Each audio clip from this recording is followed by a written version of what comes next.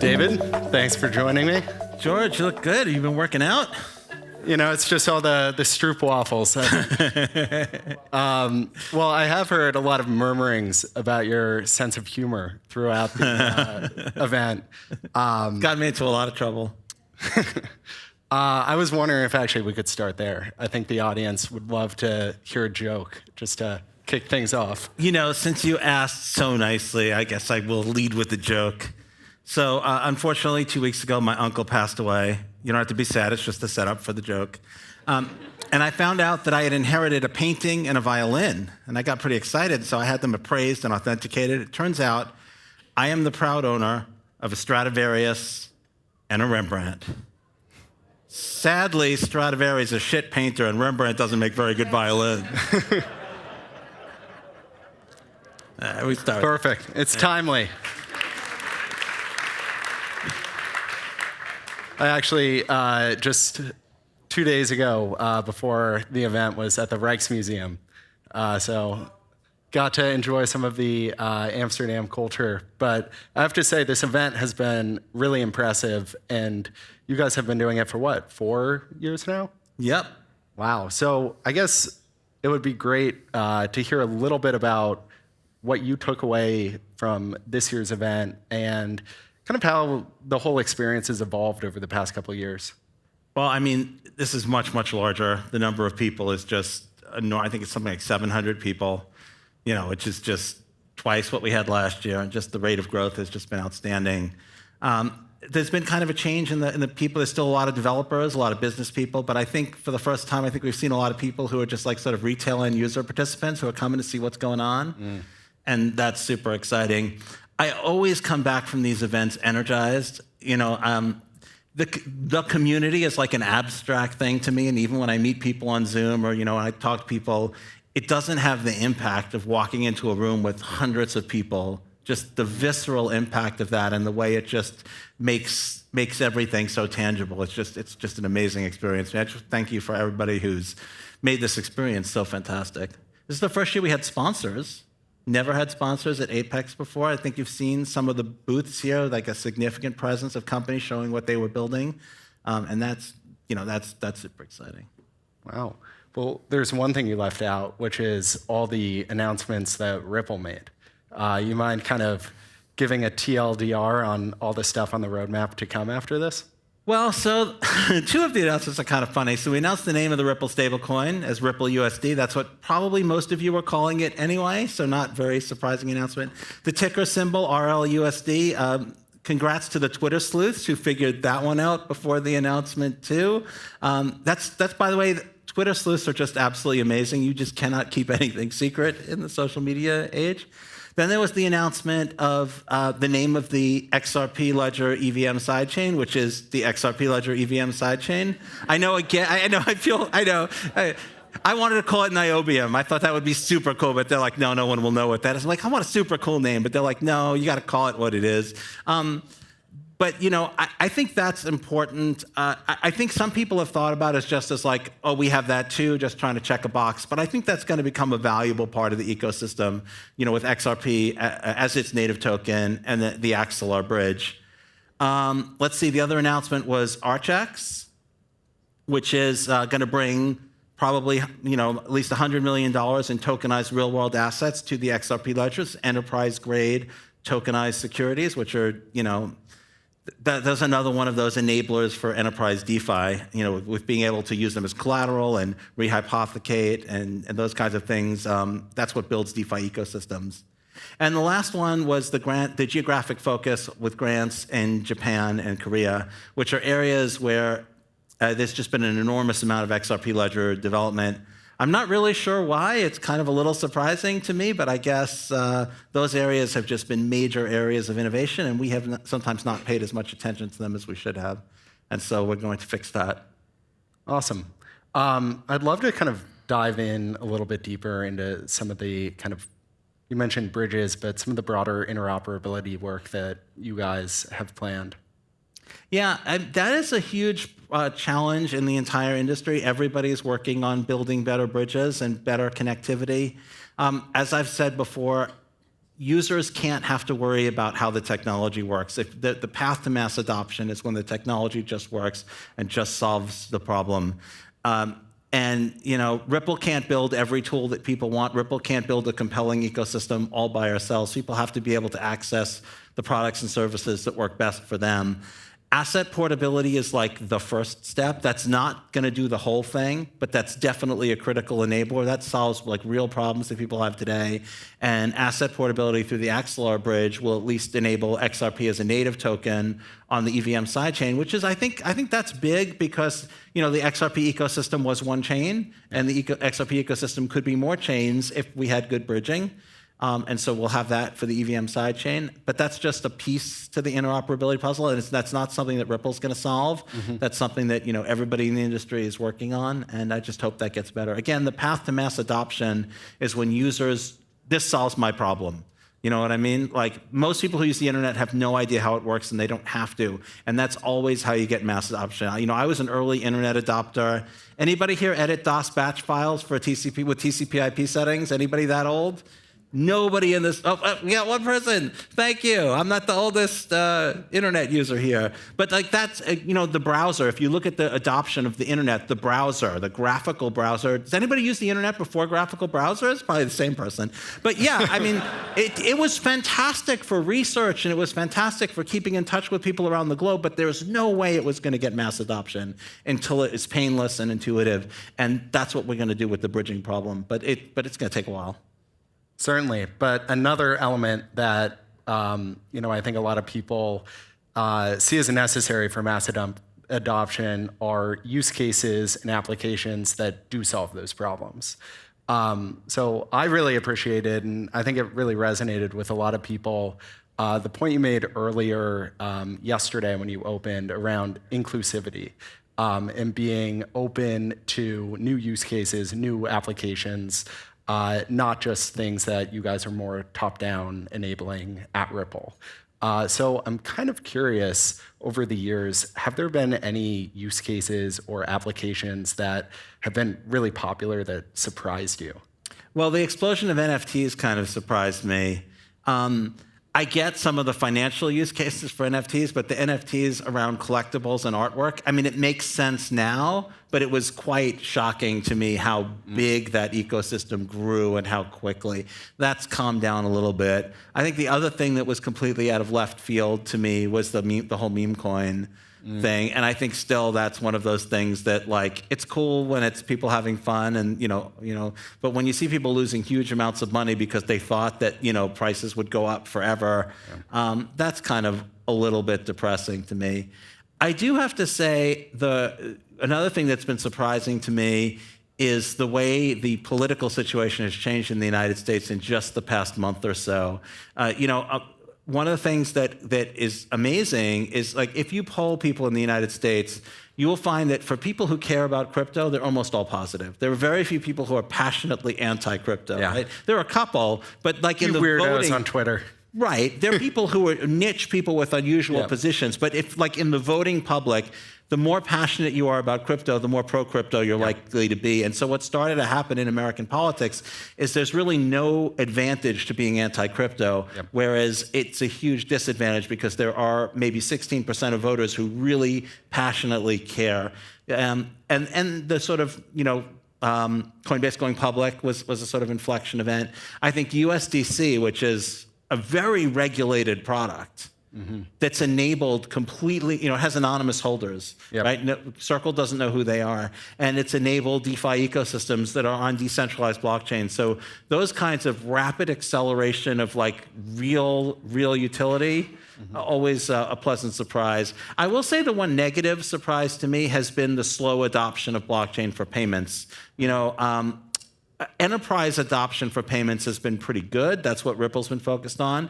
But sort of retail end user adoption for payments has really been slow. And I think like the product market fit feels good. The problem is last mile. Yep. So if you're a person who the only way to get money to you is to hand you cash over the counter at a grocery store or post office or something, tech can't solve that. There's no technology that can solve that problem. So I think that's been another drag to mass adoption and to being more inclusive is those on-ramps and off-ramps. Yeah, I think that's really interesting. And what do you think kind of solves that last problem? Because, I mean, early kind of in Bitcoin forum days, you heard a lot about like farm-to-table Bitcoin economies. But, I think you've recently seen more practical approaches around using, more centralized on and off ramps. So, how much of that do you think lives on chain? What's through kind of existing intermediaries? And are there kind of other options or ways people might not be thinking about how to kind of make the end user experience a little more seamless? I think there's a little bit of a chicken and an egg problem. If there were people who needed these payment services, companies that have these payment rails would start to offer blockchain off-ramps. And if there were blockchain off-ramps and on-ramps, then people could come into these payment systems. So it's a little bit of a chicken and egg problem. What's going to the way you solve a chicken and egg problem is you get one side of it first, and then you get the other side for free. So what we're starting to see is DeFi ecosystems grow, throughout the different blockchains, and that's creating a demand for ways to get money on and off. If you're a company, let's say you can hand cash to people over the counter in Mexico. That's tremendously valuable, and there's no technology that can edge you out of the business, right? Yep. No technology is going to put money in the hands of a person who's living in a cash economy. Only your network will do that. And today, like in the TradFi ecosystem, the only way you can be a cash out is if you also have the mashing cash in and you have the conversion and you do the whole thing. They're your customer from beginning to end. It makes logical sense for me to say to you, hey, look, you may not have cash in Western Europe, but there's someone else who has cash in Western Europe, and if you allow them to use your cash out over the counter in Mexico, that's business you would not have. So that, I think eventually that pitch is going to start to make sense, and that's kind of how we're going to unlock that. It sounds a lot like the payments and remittance use case, you guys have had some success with. Yeah. That's exactly the pitch that we made. And I think the biggest obstacle was, again, the chicken and egg problem. Yep. It's very difficult to say to somebody who's not a believer in a space, if you build it, they will come. They'll be like, you have to show me that the business is here. We're getting there. I mean, we're seeing that ramp up in institutional adoption in the past year that I think will help us to untangle that. Another chicken and the egg I often see is around real world assets or RWA, particularly when you kind of think about large funds, say like tokenizing a credit fund or something, where there are a lot of purported advantages around distribution. There's also some purported efficiency gains. Where do you see adoption coming from there, and what's going to kind of be the explosion that allows that ecosystem to take off more meaningfully? I think it's going to be what the token holders can do on the back end that's going to make it so exciting. If there's no difference between launching on a public blockchain and launching on a private blockchain, that all that happens is that the same people, hold the asset, it's just they hold tokens instead, and they get the same returns and do the same things with it. That's not exciting. There's just no reason to do that. There's a reason why we put things on private ledgers rather than on public blockchains. Public blockchains, are expensive and they're complicated. But if there's something that you can do on the other side with the token that you couldn't do without it, if you can use it as collateral for a loan, if you can rehypothecate it so that people can have fractional ownership who wouldn't be able to hold the underlying security because it's not available in their jurisdiction or they can't meet the KYC AML requirements. It's obvious why Circle doesn't launch USDC on a private ledger. Yeah. It would be completely useless, right? It's the DeFi ecosystem that it enables. It's being able to use it as collateral for loans. It's being able to get a return on it, additional return. If we can enable those types of ecosystems, then it will be very compelling. And the thing that's the most different about those institutional use cases versus, let's say, enterprise payments, if an enterprise uses XRP for payments, their customers aren't blockchain users. But these applications and these DeFi applications, the customers, the people who hold the tokens, they're DeFi users, they're blockchain users. And that's, I think, that path to mass adoption. And speaking of it, I know we're running a little tight on time, but I think that is very relevant to the decision to launch the EVM sidechain. where, I think you guys have been very mindful of the trade-offs of smart contract platforms and how you've built out the modulars or the modules of the XRP Ledger. With a EVM sidechain, you introduce some smart contracts which have their own expressibility advantages, but some smart contract risk, and potentially like liquidity fragmentation. How do you what's your philosophy for launching that product, and what type of activity it might have, for better or for worse, or let's just say more complicated? There's advantages and disadvantages of both approaches. There's no one solution that's going to solve every problem. The XRP Ledger is a fixed function ledger. New features can be added to it, but it takes time, and they have to be features that have some mass demand. If there's a feature that has some niche demand, it's probably not going to be supported on the XRP Ledger. The EVM sidechain can do that. The disadvantage is some of the ones you mentioned, but one of the big ones is the security problem. I'm sure you've heard stories of people who approve smart contracts and they don't know what those smart contracts do because it is so expressive. Yep. And so I think there's room in the market for both approaches to coexist as part of an ecosystem. If asset portability, we'll have asset portability through the Axelar bridge, so at least you'll be able to, if nothing else, you will be able to move XRP between the XRPL main chain and the EVM sidechain. I'm sure Axelar and others will build bridges that will allow portability of other assets, and so we'll have an ecosystem where people can experiment with new technologies, and then if there are things that make sense to include as features on the XRP Ledger main chain, then those things will be able to be adopted. But the point that I think is the most important is that there isn't one best answer. There's advantages and disadvantages to all of the different technologies. The XRP Ledger has very high speed, very low cost. It has the concentrated liquidity. It has issued assets. It has a bundle of very nice features, but it can't address the sort of long tail of use cases that have some weird requirement that just isn't expressible in it.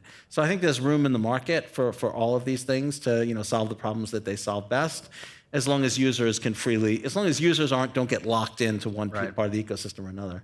Makes a lot of sense. For everyone in the audience, we're going to move to answering some of your questions that you guys had throughout the week. But before we do that, and I believe they're going to pop up here, I'd love to ask you, I haven't even heard the story of your Twitter handle, Joel Katz. You mind kind of sharing how that came to be? Yeah, it's funny. It's one of those things that I get asked, every couple of years I get asked. And it's kind of funny. It's the same thing I notice at Ripple. Sometimes something will come up at Ripple, and I'll be like, how come everybody doesn't know this thing? Didn't we tell the whole company? It's like, oh, we told the whole company 14 months ago. Well, how many people weren't here 14 months ago? Yeah. Right? Half the company because of the growth. So it's the same thing here. Every 2 years, I have don't you guys know I've told this story 6 times? Yeah, over 12 years, right? So it's never going to get old. Yeah. So it started back when I was in high school. A friend of mine operated the bulletin board system, which was the precursor to internet, to social media, really. It's the social media of its day. And he asked me if I wanted an account, and I said yes. And he asked me if I wanted to use my real name, and I said, hell no. I didn't know what I was going to do with it. It was high school. I mean, who knows? So he was like, well, what name do you want to use? I said, I don't know, just make one up for me. Well, MTV's Ren and Stimpy was pretty popular then, and Stimpy's full name was Stimpson J. Cat. So he's like, okay, I'll give you Stimpson J. Katz. That sounds kind of like a human name. And I used the name Stimpson J. Katz on the internet and on bulletin boards for a while. And then I realized I'm actually doing real stuff with this and I have a ridiculous name. And so I didn't want to be that's not my real name. And so I did something clever. I took a page out of 3M's playbook. I don't know if you know 3M used to be called Minnesota Mining and Manufacturing. And they gradually changed their name over time. They started abbreviating. So I did the same thing. I went from Stimpson J. Katz to Stimpson Joel Katz. Got to have a middle name, right? The J has to stand for something. So now I was Stimpson Joel Katz instead of Stimpson J. Katz. Then I went from Stimpson Joel Katz to S. Joel Katz. If you have a crappy first name that you don't like, you drop it to an initial. So this was over years. It also sounds very fancy, Yeah. So I was S. Joel Katz. Then I dropped the S, because, if you have a crappy first initial, you don't need to keep it. Yep. So then I was Joel Katz, and I still am to this day. It's It's awesome. Yeah, the company lore also always gets a little twisted and changed as it's retold. So appreciate getting that from the source. But our first question is around, really what's going to be driving value to XRP, particularly kind of around the cross-border and sort of more like enterprise payments and financial use cases. Yeah, so you guys can all see the question on the screen. I think the big thing that's gonna keep XRP like in its central role is its privileged place on the XRP ledger. XRP is the only token that you can pay transaction fees in. It's the only token that every account can receive. The payment engine entering pathfinding always looks for XRP liquidity first. And XRP is auto-bridged through the order book, so XRP liquidity is sort of preferentially taken over to other types of liquidity just from order crossing. So XRP is always going to have a special place as a sort of liquidity tool on the XRP ledger. In the payment space, I think XRP, because of high speed, low cost, and the sort of lack of things like MEV and block producers who are trying to tax transactions, it's going to remain a good intermediary currency for international payments. Ripple's going to continue to use it for cross-border payments, where it works well. We're not going to make our customers use an inferior solution to make us happy. It's on us to make XRP be a viable solution. But again, the big thing I think one of the things probably motivating this is the launch of the stablecoin with the idea that one will cannibalize the other. I just want to make a point that the current use for XRP is a tiny fraction of the things that people could be using it for. The market is so early and it's impossible for us to cannibalize ourselves. It's if an ecosystem is 1% of what it should be, trying to fight over that 1%, that's not what's going to happen, right? We want to grow the pie, and I think there's lots of room for XRP to grow, and there's lots of room for a stablecoin to grow and to be used, in different use cases. There are some use cases where volatility is absolutely fine, and of course, in some use cases like the AMM, where volatility is actually a plus. Mm-hmm. Particularly for cross-border payments, you don't have to hold the asset for very long. So if you're thinking, well, I want to use an asset for cross-border payments, but I don't want to be exposed to its volatility, there are plenty of entities who consider exposure to XRP volatility a net positive, right? There are people, if you wanted to have exposure to any cryptocurrency, whether it was XRP, Bitcoin, Ethereum, if you wanted exposure to it, you would generally pay for that exposure. That's why people hold Bitcoin, right? They want exposure to the upside. They pay for that upside. And so if you're worried about exposure to both the upside and the downside in payments, there are any number of parties who will gladly take the upside and downside, together. So it's not a barrier. Makes sense. All right. This is interesting. Around the 10-year goal for XRPL and what's really kind of changed over the years. In the very early days, I think my first vision or goal for the XRP ledger was this idea of public pools of liquidity that anybody could contribute to and draw off. So the idea was, let's say you needed to make a payment to somebody, in Mexico. Mm-hmm. What you would normally do today is you would find somebody who, for a fee, keeps money in Mexico to make that payment. They don't want to have money in Mexico. That's not their thing. They're just doing that to get your business, and they're paying you for the privilege of having that money ready to go in Mexico.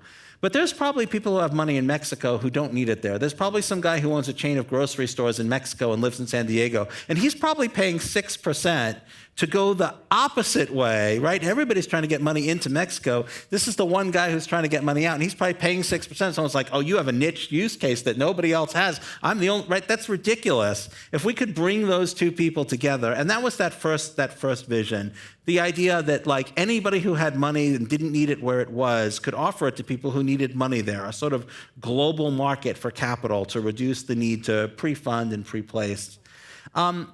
I think that's still happening. I think the challenge there is I don't think I realized how critical good on-ramps and off-ramps would be to making that work. The technology can't hand money to somebody who needs to have cash.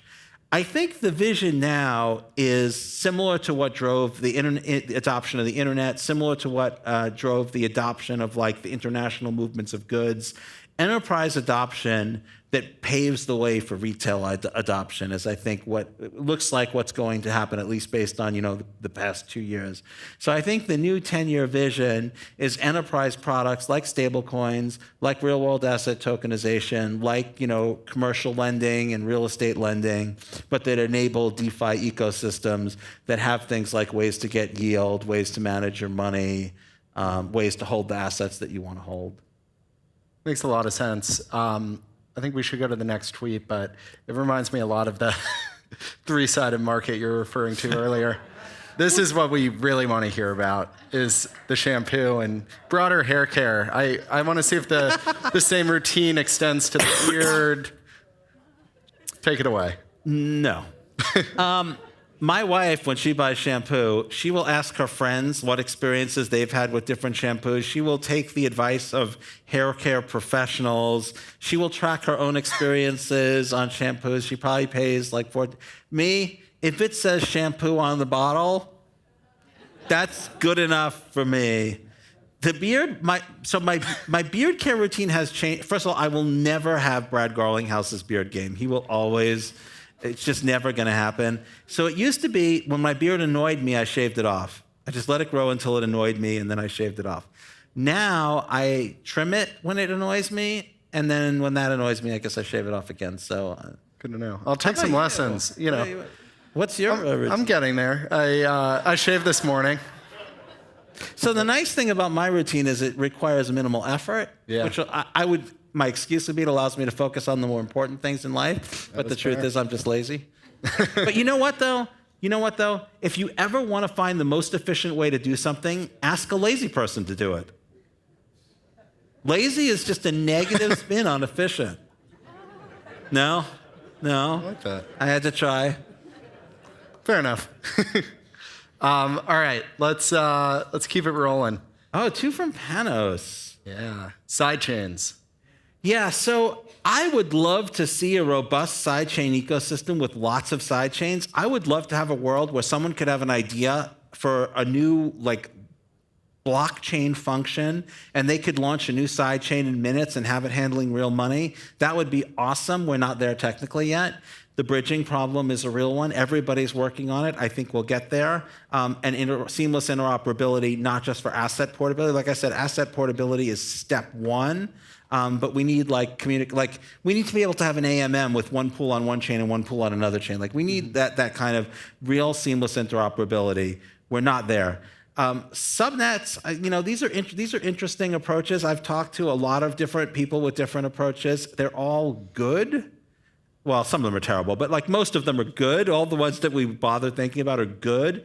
Nobody has a great one yet. You're right back into those fundamental problems that I talked about. The bridge has to either make a lot of money or not make a lot of money. If it makes a lot of money, I'm paying that money. That kind of sucks. If it's not making a lot of money, it's not going to be maintained. It's not going to be secure. We don't really have it yet. So everybody's working on that problem. But yeah, in the short term for sidechains, having 2 chains, the XRP Ledger and the EVM sidechain, I think is going to make the community more inclusive and allow for more rapid development, and at least we'll have asset portability. So I think that's a baby step on the way to being able to run. Let's see, my opinion on decentralized crypto collateralized stablecoins. The problem with them is that for that to work, you have to over-collateralize them. And if I'm locking up a whole bunch of a volatile asset, I have to be paid a lot of money to do it.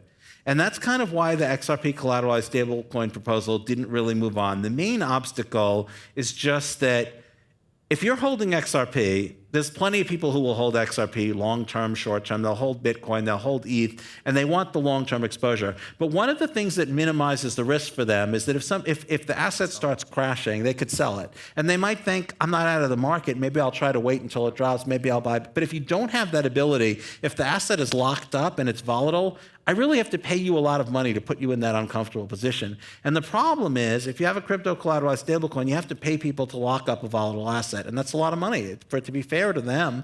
And you're going to be, the token holders are going to be paying. And so the market has preferenced non-crypto collateralized stablecoins that are collateralized with fiat, but like USDC, USDT, and Ripple. So it's just economics. I like decentralized crypto collateralized stablecoins. That's why I made that proposal in 2019. but the problem is it's basically just cost. What do you think about some of the other models we've seen in other communities around decentralized stablecoin, like Maker's doing with adding more RWA as collateral, Athena with a kind of tokenized trading position, essentially. Do you think there are other ways of kind of doing it? I think so. I think if you collateralize it with something that's not so volatile, then that cost comes down. But it's kind of weird. Like I've seen for a while, DAI was collateralized by USDC, which is like it's like all the downside. RWA is a spin on stablecoin in a way. But I don't want to be negative on the whole space. I think some of those so there are some of ways that can make sense. But the thing is like if the collateral has an issuer, who's holding the real world collateral, then you might as well just use a stable coin like USDT, USDC, the forthcoming, Ripple stable coin. I don't see that you get much. I think diversifying the collateral makes sense. And by the way, DAI, to its credit, has transitioned to a much more diversified, and that makes a lot of sense. And there, coins like Circle and, the forthcoming Ripple stablecoin can be collateral in systems like that. The only thing that I worry about is if you don't over-collateralize them, to some extent, if any one of the collateral assets fails, there's a significant loss of value to it doesn't go to zero, but it loses a lot of its value. And I just wonder whether it makes more sense just to hold, a stable coin at that point. Interesting. Boy, if I were to leave Ripple and start my own XRPL project, what would the project be about? So I'll tell you the reason I don't do that, first of all. If I was going to work on something else, I would really want to just pour my heart and soul into it. I would only leave for something that I was incredibly passionate about. And I don't know that I have another 3 years of 70-hour weeks in me. That's just the way I just get completely absorbed in things. But one of the big things, which is also one of the top 3 ideas I'd like to see built on XRPL that nobody's doing, we need people to arbitrage the AMMs. And we need to make it easy for people to do that. I'm hoping that Hummingbot will provide that capability, but anyone could provide tools to allow people to arbitrage the AMMs. People are leaving money on the table, and AMMs work better when they're aggressively arbitraged against. So just that just makes sense. I really would like to see more real world asset projects that are tokenizing things like treasuries, like these sort of very, very safe assets. One of the things that was exciting to me about the AMM was the ability for people to get a yield. Other ways for people to get yield that's very, very safe, like commercial lending and real estate lending, where it's tokenized on the back end. Those things are interesting to me. I also on-ramps and off-ramps. I know these are very generic. These are very generic, but I think people need to be able to get money into and out of the XRP ledger. I wonder if it would be possible to go around to these companies that have off-ramps and try to convince them that there's value to provide to sort of unbundling this. You look at a remittance company; it has an on-ramp, it has liquidity, and has an off-ramp. I wonder if you could convince them to unbundle. Interesting. And generally, I think a point you've made a few times is around kind of the unbundling of different services within the payment stack. How has that landscape evolved? I mean, now we have crypto market makers, we have on-chain liquidity providers. How does that ecosystem kind of work together? Yeah, it hasn't as much as I'd like to see. I think what happens is that the people who have those types of resources like the bundled service because they think that they can keep more of the value. They don't want to sort of move. They perceive it as moving down market because they perceive that they'll be just sort of commoditized. That is not. It's just not true. If you can deliver cash across a counter somewhere, there's no way that you can be commoditized. But I think they feel that they get a smaller piece of the value. But it's payments they wouldn't have. Getting a smaller piece. How you can't get a smaller piece than zero. Yeah. You wouldn't get any of this payment if you didn't unbundle. So I think we're going to see new crypto native companies that are going to start providing these services, and that's actually a fantastic opportunity for people in this room and companies like Ripple, because these companies are very badly served by the existing players. And so what's nice about that is when you're competing with someone who charges 20 basis points, you have to charge less than that. If their best alternatives charge 2%, then you can make a pretty healthy, you can move, this is an opportunity to move up market to these crypto natives. So I think maybe I'm glad you put it on this slide, but that is an opportunity. Crypto natives need these types of services, and their margins are much, much higher. If you have a person who's speculating in the cryptocurrency space and you're charging them 2 or 3%, that's lost in the noise of the massive returns they're expecting. Yeah, I mean, we've even found that with, I think a lot of it could even be like fund mandates where people don't even predict they might need to be supplying liquidity on chain, and then there are massive yields people can't even tap. Moving back, I guess, to the XRPL, how do you think of some of these other trends that we see? You talked about sidechains, but also right now they're talking about modularity. But so to that point, you see things like data availability layers. You see sort of, I guess this is relevant to rollups, but like sequencing as a service. How do you generally kind of take some of those things you see in other ecosystems and assess what makes sense for XRPL?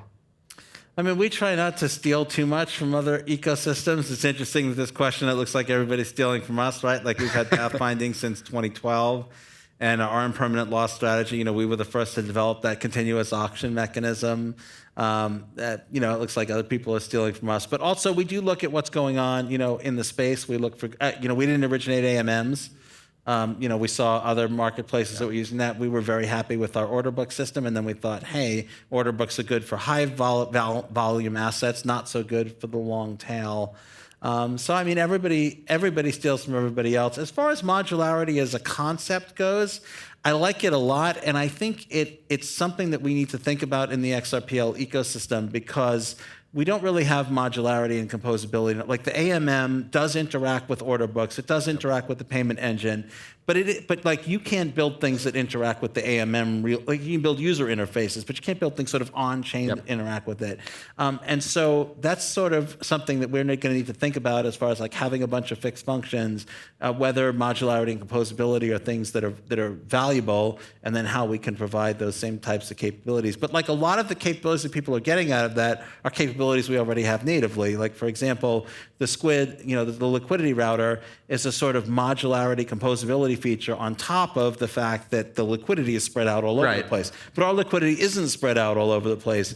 But I don't think it's always going to be the case that like we're not going to need these types of things. I think if you look at some of the existing DeFi ecosystems, they're layered. Right? There's like low layer products that are sort of not governed. And that's great because everybody can use them without having to worry about the governance. And there's a layer above them that can provide features that you can't do without governance, but they have governance and they compete, but they can use the same like underlying layers.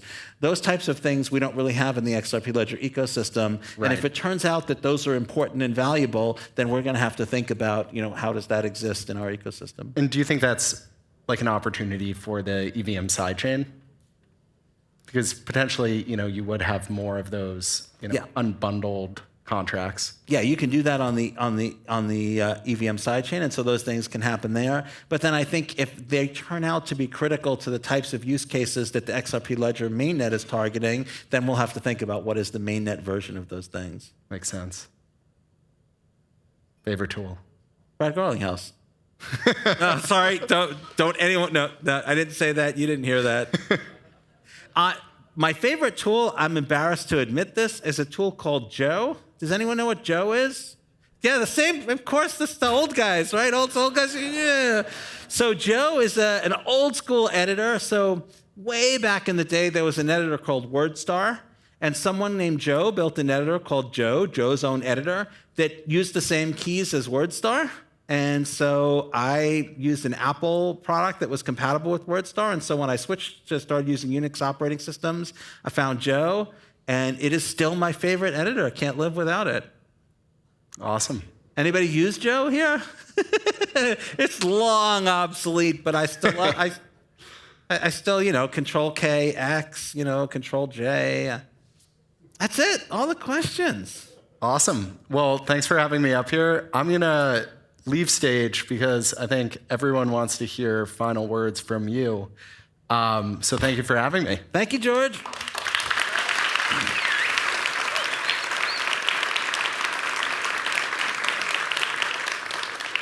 Wow, it's such a privilege to be able to close and to be here. Like I said, I always come back from these events energized. I have the most amazing conversations with people, to see the things that people are building, and to really engage one-to-one with the community, right? It's not an abstract, it's here in this room, it's at this event. I think something like 700 people, the largest Apex ever. Thank you to our sponsors, thank you to our speakers, thanks to everyone who attended, whether you're a developer, investor, builder, retail, traders, users, everyone, thank you so much. I hope to see all of you at next year's Apex in Asia, not you in the second row, but everybody else. Just kidding, sorry, I actually, no, not you, him. No, seriously, I hope to see all of you next year at Apex in Asia. We'll reveal the exact location when we know. Thank you so much. This has just been amazing.